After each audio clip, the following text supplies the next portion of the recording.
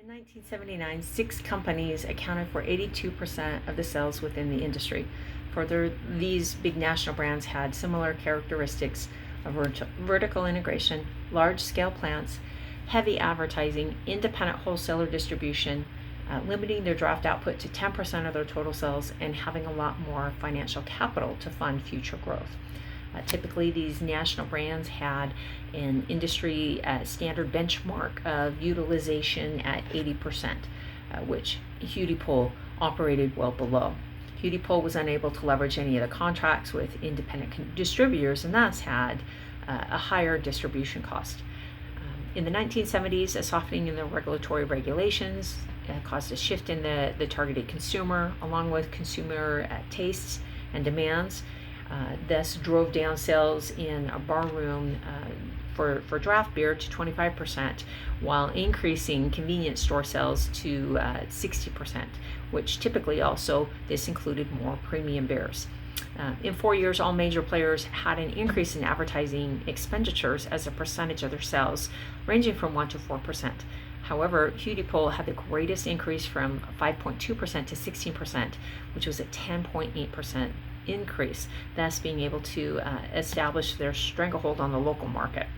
Hudepohl created another competitive advantage over their national brands by focusing on just a few popular and premium products versus the multiple products that these national producers also had.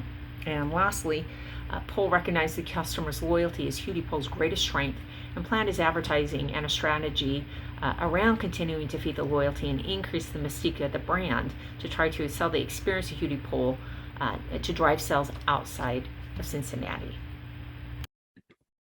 Value chain analysis reveals that Hudepohl could create a competitive advantage in the Cincinnati market by creating and marketing a higher tier product to attract additional customers that have some familiarity with the brand.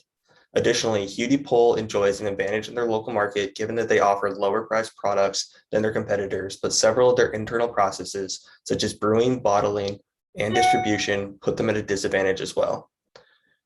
For brewing, the critical cost driver is raw materials, and Hudepohl is at a disadvantage since they don't have the new or automated equipment that their competitors do.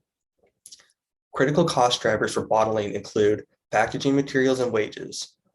Hudepohl is at a disadvantage here as well because they are not operating at full capacity due to scheduling constraints and labor demand. Additionally, Hudepohl cannot run any additional lines when they run their pint line, creating a further disadvantage. For distribution, the critical cost drivers for Hudepohl include the costs associated with utilizing independent distributors to distribute their product outside Cincinnati, as well as the wages and incentive programs associated with bottled deliveries. Again, Hudepohl is at a disadvantage as compared to their competitors due to not being able to offer incentives for lower costs to the independent distributors. Additionally, draft beer deliveries create somewhat of a disadvantage as 2 men are required to make every delivery, and the delivery time of 1.1 hours means that the truck sits idle and ties up resources of the company. Okay, for the new proposal strategy for Hudepohl, I highly suggest that they reevaluate their current marketing strategy. They've spent $700,000 in marketing, and that is $300,000 more than their next largest competitor. So I think they're massively overspending in marketing. And then on top of that, they only have 2 customer segments, consumers over 30 years old and those between 18 and 24. I suggest that they reevaluate their customer segments to be more action oriented. In the case, they talk about their firm consumer base that will just keep always buying from them, even have people sending them beer across state lines, wherever they're living at. So I highly suggest they make that one customer segment where they don't really need to market to them as much, and then do something along the lines of 2 to 3 others, people that have tried it before but aren't super loyal yet, or those that haven't bought it, those that don't even know who it is, just throwing a few ideas there. Once they do that, they can better market to those specific segments, control their marketing better, or their budget better, and control the message overall that they are sending to those specific segments.